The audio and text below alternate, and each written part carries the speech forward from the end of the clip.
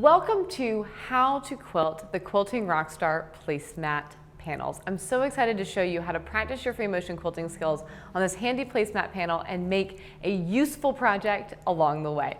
Let's take a look at one way that we might decide to quilt this. I've got a little digital rendering here that we're going to draw on together. And I'm excited to use only the motifs that I teach in my Intro to Free Motion Quilting course to show you that you don't have to know a whole lot of very complicated motifs in order to make a really adorable placemat and to get your practicing in. We're going to start with just a basic meander, filling in this background.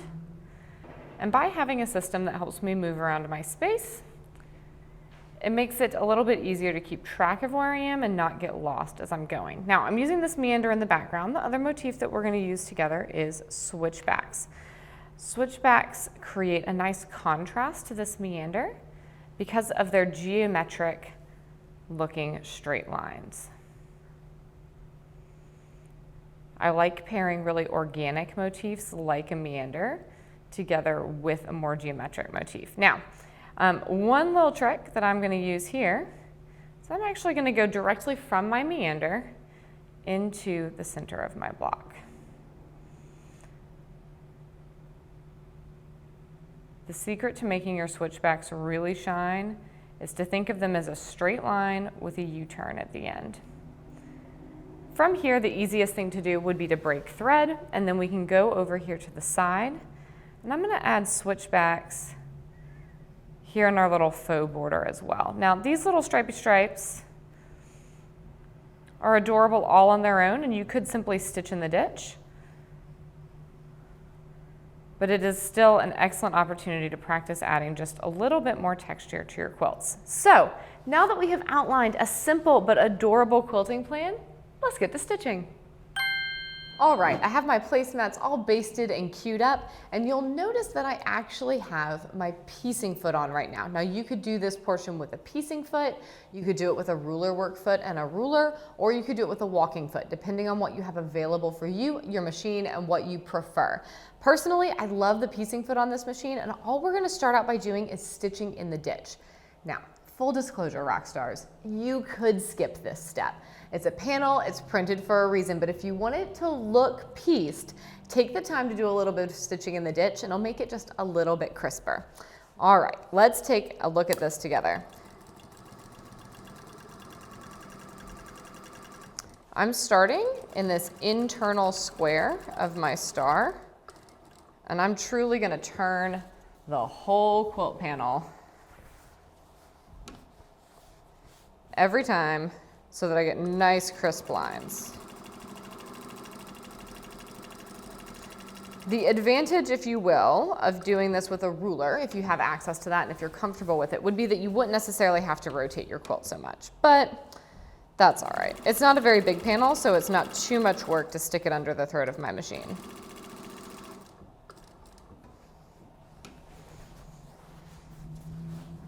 I'm going to keep going right all the way to the point.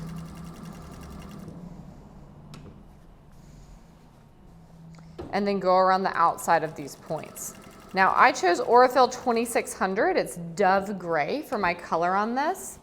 That's the color that I typically do my piecing with, so it just was my natural inclination to reach for. You could use any of the coordinating colors that go with this panel set from the Quilting Rockstar 1 thread collection for any portion of this that you prefer. So if you wanted to be really matchy-matchy and use the yellow or the orange so that your stitches show up a little bit less, that would be totally an option.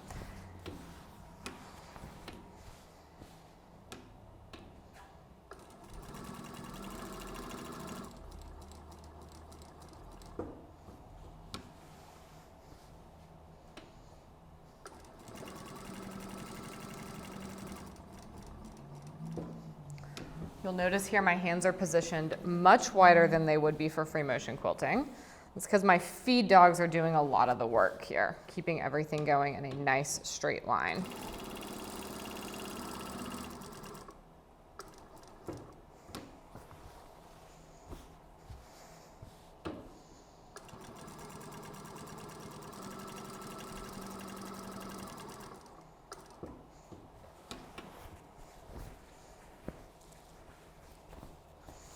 If you're working on this and you're quilting the whole panel at once, my recommendation will be to go ahead and knock out all the stitch in the ditch.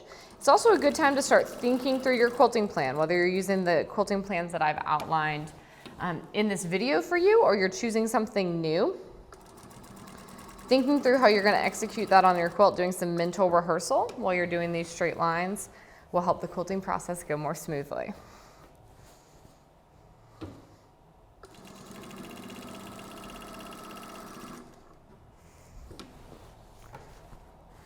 Notice that as I'm rotating this quilt, I'm not particularly concerned with it being orderly underneath my throat space. I just push and shove, make it go where it needs to go. There's no advantage to taking time to doing something like folding or rolling,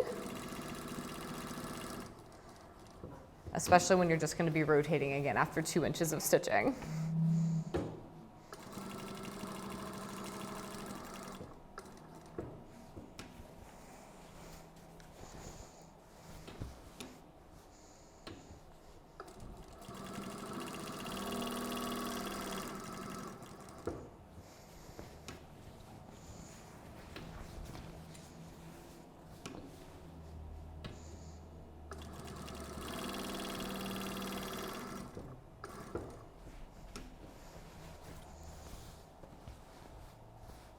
Notice that I've orchestrated this so that I could quilt all of this ditch area around the star and end where I started.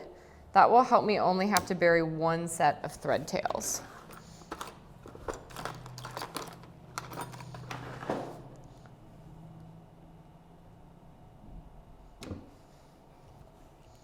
I'm pulling that thread to the surface, cutting my tails.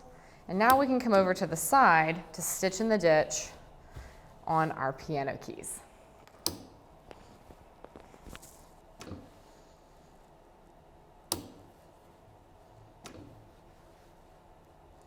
Even though this is straight line stitching and not free motion quilting, I do recommend bringing your bottom, your bobbin thread up to the top. I'm just starting on the side. I'm going to zigzag my way back and forth between these keys, if you will. And then I will do one long stitch line down the side of the placemat in between the body of the placemat and this faux border to make sure that that has a nice crisp line. The only thing to really keep in mind as you're rotating your quilt like this is make sure that your quilt's not doubling up on itself. Keep track of where the rest of it is so you don't accidentally quilt it to itself. Ask me how I know.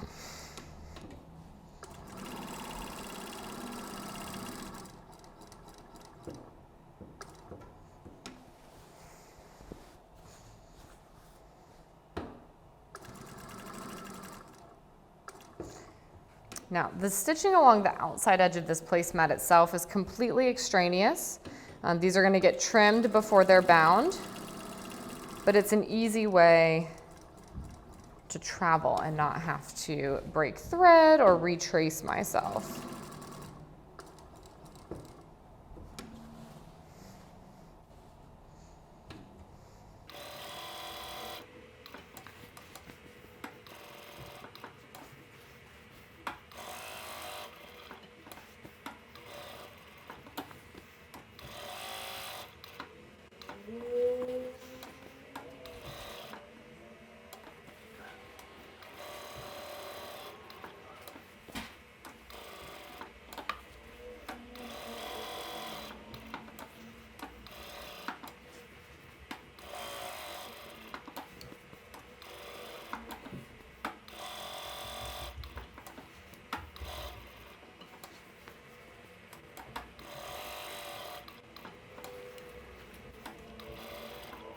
Now we've gone all the way down this border. What I'm going to do now is spin the whole quilt around and do one long straight line where the body of the placemat meets that border. So it looks like they've been pieced together.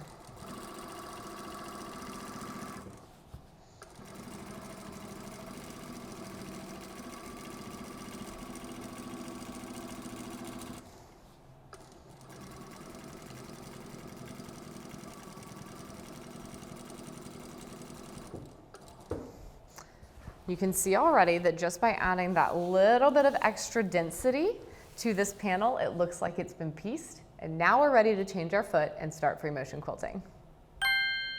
Alrighty, I've got my free motion quilting foot on, and let's go ahead and get started with this meander. Now, something to think about with any quilt, but I think it's especially relevant thinking about these placemats because they're not very big, is to think about where your binding is gonna go. So make sure that you just leave a little bit of room around the edges. Doesn't need to be a lot of room, and it's less relevant for the meander than it will be for the switchbacks that we're gonna do in a minute. But I like to go ahead and mention it as a reminder.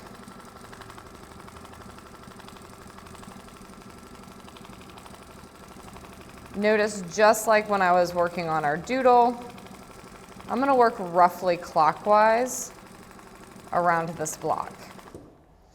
And I'm using a high contrast thread to make it a little bit easier for you guys to see what I'm doing. But don't stress about it. If you do not prefer that, you could definitely match your thread. If you are matching your thread, I recommend having a light shine at an angle onto your quilt to make it easier to see what you're doing. Being able to see that shadow will make a big difference.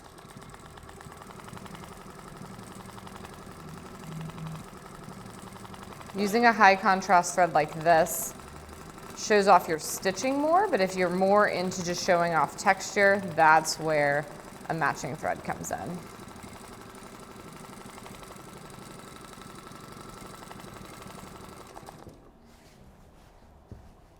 All right, as you can see, we've gone all the way around with this meander. I've tried to leave a little bit of room on the edges for where my binding is gonna go on. And while it's a bit inevitable that I'm gonna have to break thread in order to come to the very side of our panel, I can jump right into the center of this star for our switchbacks, all right? So I've come right into this point. I'm gonna come in just a smudge, and I have roughly lined up the edge of my quilting foot with the edge of this star just to use that as a guide. And that will help me make sure that this first one is nice and straight, quick turnaround, so that the rest will be reasonably straight. Now, these are all hand-guided switchbacks, so of course it's not gonna be perfect, but having a visual cue helps a lot.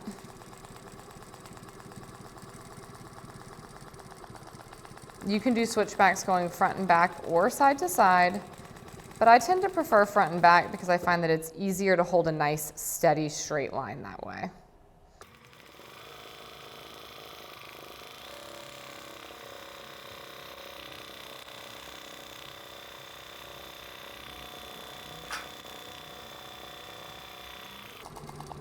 And then in order to break this thread, I just came right back to this next corner, and it'll make it easy to hide my ends. Okie dokie, I broke thread over in the star, went ahead and buried that thread tail, and have stitched just inside the edge of this piano key border. Now, I do just want to note, because we stitched in the ditch on the piano keys, you truly could just leave it like that. They look awesome. But for the sake of following our quilting plan, let's add a little bit more texture and see how that looks. This time as I'm making these switchbacks, there are two things I'm going to keep in mind. One, each time I turn around, I'm going to make sure that I'm about 1/4 of an inch from the edge of the quilt. And that's because my binding is going to come around the edge, and I don't want to lose the swoop of my switchback. The second thing I'm going to keep in mind is that I want to line up the edge of my free motion quilting foot approximately with the previous switchbacks line in order to make these pretty narrow. That's going to help continue the illusion that this was a pieced placemat that we've added quilting on top of.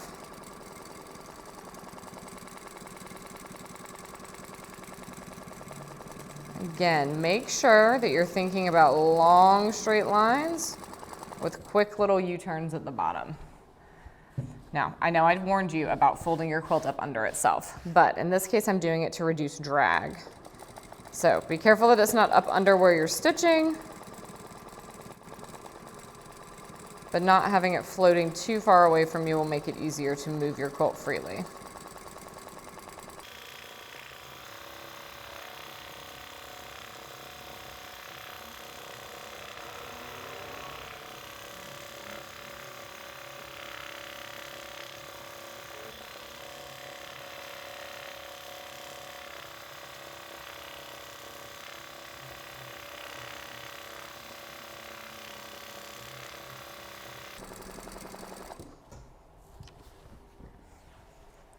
And just like that, we've turned this simple printed panel into a lovely quilted placemat. Now, be sure to head over to my website in order to get your panels, get your coordinating thread, to see more quilting plans, and to learn more about Intro to Free Motion Quilting so that you can quilt your panels with confidence.